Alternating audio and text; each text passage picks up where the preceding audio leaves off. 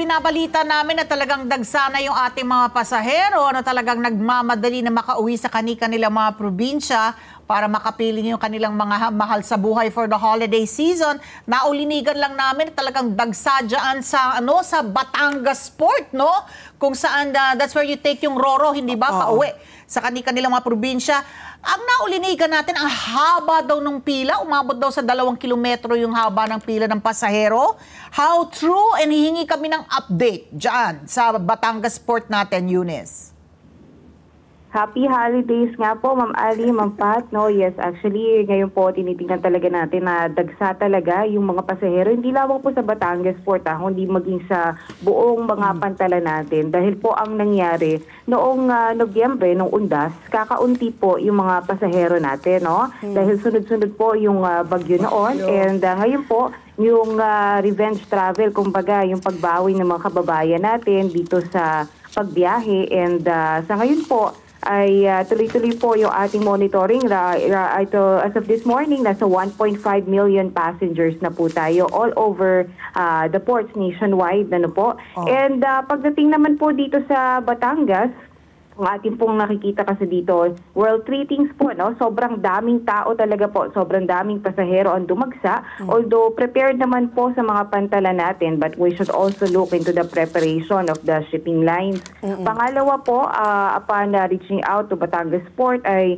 hindi po gumagana yung ilang mga booking, online booking ng shipping lines, kaya kailangan pong pumila pa ng mga tao sa labas. Ano? At pangatlo po, gaya po ng laging panawagan ng PPA, ay kulang pa rin po yung mga barko at sana nga po ay dagdagan na rin po para tuloy-tuloy ang biyahe. Oh my. Okay, so Miss Eunice, having said that, 1.5 million passengers, ano ito? Ito yung mga pasahero over the weekend? Kailan ba yung talagang dagsaan?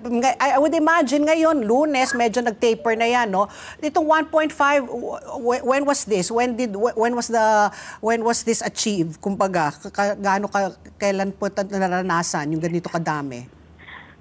Yes, Ma'am Ali. Actually, nagsimula po tayo na monitoring December 15 hanggang December 23, 6 a.m. Yun po yung data po natin, 1.5 million passengers. Sobrang dami po talagang pasahero ngayon. Actually, miski po dito sa mga Manila terminal natin, ay fully booked na rin po, no, sa sa ating mga shipping lines. So, talaga po inaasahan natin na mas mahaba po kasi yung weekend ngayon, saka yung holiday, kaya ang mga tao talaga pong umuwi.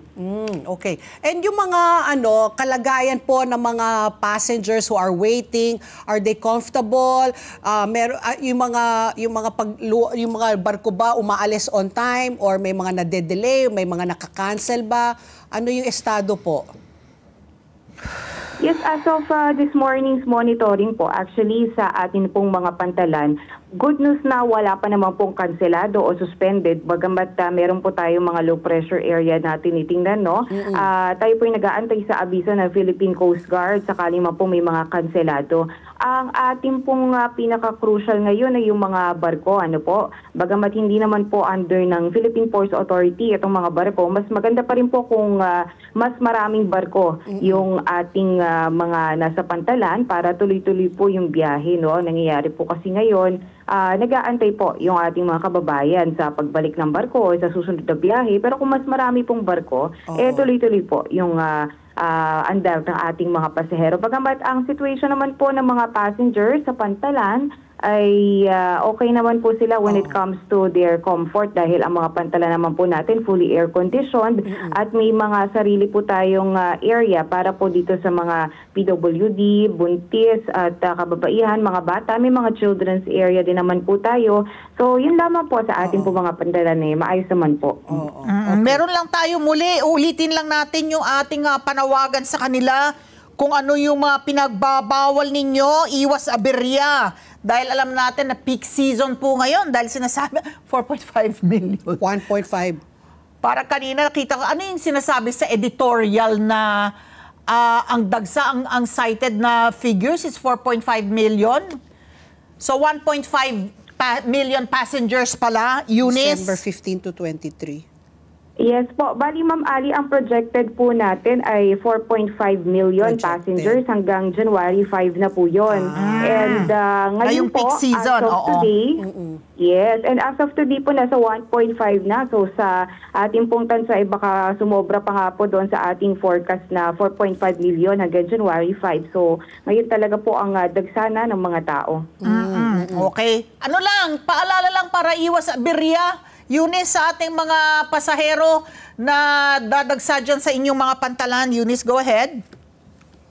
Yes, maraming salamat po Ma'am Ali sa pagkakataon na makapagpaalala pa sa ating mga kababayan na hahabol pa po karamihan po sa ating mga nakukumpiska pa rin ay yung mga matatalas na bagay. Ma'am Ali, yung mga pabalisong, pocket knife, Swiss knife. So, iwanan na po natin yan at mahigpit po ang ating security sa mga pantalan. Talagang hindi po makakalusot yan dahil may mga x-ray at baggage scanner po tayo doon.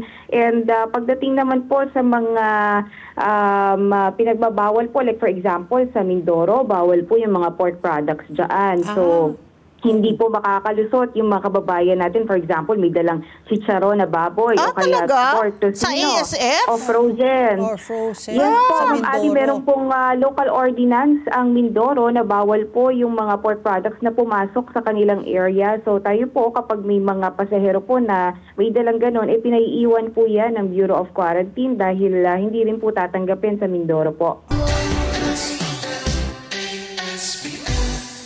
Let's get together. Sunday 25. Sunday 25.